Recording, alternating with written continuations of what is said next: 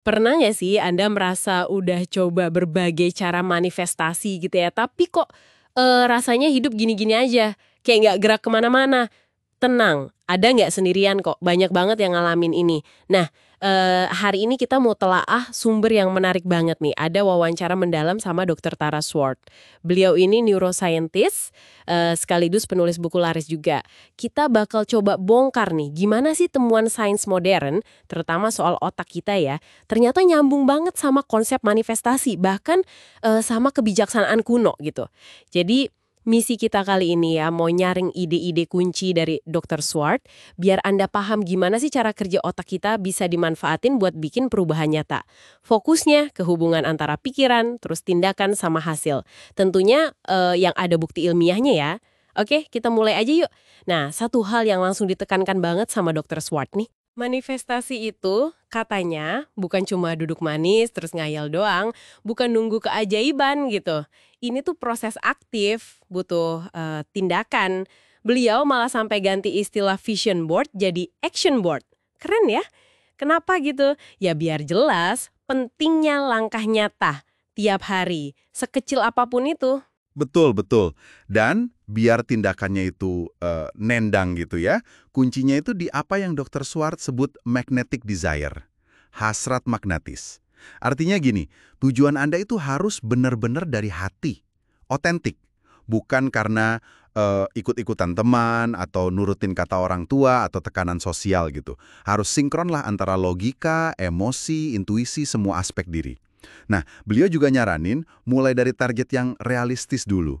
Biar apa? Biar nggak malah jadi down kalau tujuannya ketinggian di awal, terus malah memperkuat rasa gagal. Gitu sih. Oke, oke. Jadi hasratnya masih otentik ya. Terus mulai realistis. Nah, terus sainsnya masuk di mana nih? Tadi disebut neuroplastisitas kan? Itu apa sih intinya? Kedengarannya agak rumit ya. Iya, kedengarannya ilmiah banget ya. Tapi intinya sebenarnya gini, neuroplastisitas itu kemampuan luar biasa otak kita buat berubah. Berubah secara fisik, secara fungsi berdasarkan apa yang kita alami. Jadi pas Anda belajar hal baru atau coba ubah kebiasaan nih, itu Anda secara harfiah lagi ngebentuk jalur saraf baru di otak atau memperkuat yang udah ada. Jadi ini bukan cuma soal niat atau kemauan doang, tapi ada perubahan fisik beneran di otak. Ini kan mengubah cara kita lihat perubahan diri ya, bukan sulap, tapi emang kerja otak gitu. Wah, oke, oke. Jadi beneran ada kerja fisik di otak ya? Prosesnya gimana tuh? Biar perubahannya kejadian. Apa bisa langsung kling gitu? Iya, jelas enggak dong. Butuh sabar pastinya. Dr. Swart itu ngejelasin ada proses 4 langkah. Gini, pertama, tingkatkan kesadaran diri. Jadi, amati aja pikiran sama keyakinan Anda, tanpa ngejudge gitu. Oke, amati dulu. Kedua, fokuskan perhatian. Sadari pas pola-pola lama itu muncul. Oh, ini dia nih, gitu. Kenali polanya ya? Ketiga, nah ini intinya, lakukan latihan yang disengaja. Ulang terus perilaku baru yang Anda mau. Konsisten. Latihan terus-menerus? Iya. Keempat, perlu akuntabilitas. Cari cara buat mantau kemajuan. Bisa pakai jurnal, cerita ke temen, atau pakai aplikasi terserah. Yang penting juga diingat nih, kita tuh nggak bisa serta-merta hapus jalur saraf lama. Pola negatif itu nggak hilang gitu aja. Tapi kita bisa bangun jalur baru yang lebih kuat buat nimpa jalur lama itu. Jadi kayak bikin jalan tol baru di sebelah jalan lama gitu. Setiap pikiran positif itu ibarat nambahin satu batu bata ke jalan baru itu. Wah, menarik banget analoginya. Nimpa ya, bukan menghapus. Tapi, bukannya otak kita punya kayak setelan pabrik gitu ya? Yang mungkin malah ngehambat. Sumber ini nyebut soal bias otak. Nah, bener banget itu. Secara evolusi, kan otak kita itu disetel buat lebih waspada sama bahaya. Sekitar 2,5 kali lebih kuat responnya buat hindarin rugi daripada ngejar untung. Ini warisan purba lah buat bertahan hidup. Oke. Nah, buat manifestasi yang efektif, kita perlu secara sadar nih ngelawan bias ini. Perlu digeser. Perlu kita ngelatih otak buat punya mindset kelimpahan. Abundance mindset. Percaya kalau peluang dan sumber daya tuh cukup gitu. Ngelatih otak buat kelimpahan. Gimana caranya tuh biar bisa geser bias sama kimia otaknya? Ada cara praktisnya nggak? Kuncinya balik lagi, kesadaran. Sama secara aktif menggeser kimia otak. Dari yang tadinya didominasi kortisol, itu hormon stres yang hubungannya sama takut, marah, ke arah oksitosin. Oksitosin itu hormon ikatan, cinta, percaya, rasa seneng. Oh, dari kortisol ke oksitosin ya? Iya, pas oksitosin lebih dominan, kita jadi lebih berani ambil resiko yang sehat, lebih gampang bangun hubungan, lebih jeli lihat peluang. Dr. Swart ngasih contoh bagus deh. Ada orang udah bikin action board, tapi kok dia nggak mau nempelin gambar impiannya? Ternyata, pas digali, di alam bawah sadarnya dia ngerasa nggak pantas dapat itu. Nah, sadar akan hal ini aja udah langkah pertama yang penting banget. Wow, sampai segitunya ya keyakinan bawah sadar?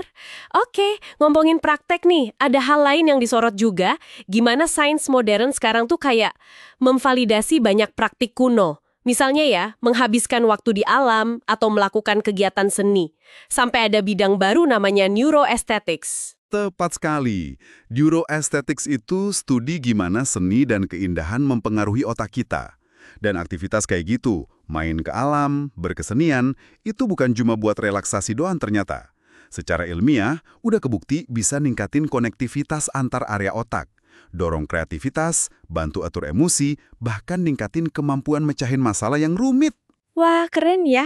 Iya, leluhur kita dulu ngelakuin itu bukan iseng. Ada manfaatnya buat bertahan hidup. Ada juga konsep namanya entrainment.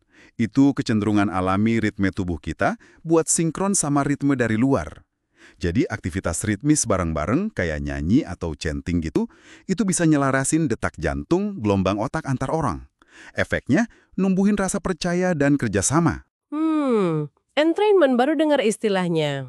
Oke, nah di tengah dunia modern yang berisik banget ini ya, banyak distraksi dari medsos, ekspektasi orang lain, Dr. Swart nyaranin banget buat kita sengaja ambil jeda.